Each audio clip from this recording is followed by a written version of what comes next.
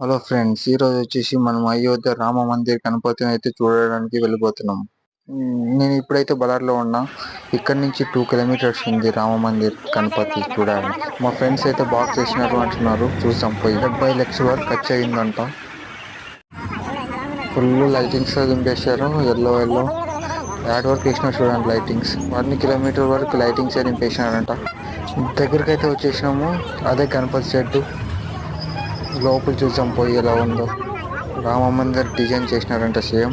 చూసాం లోపలికి. లోపలికైతే వచ్చినాం.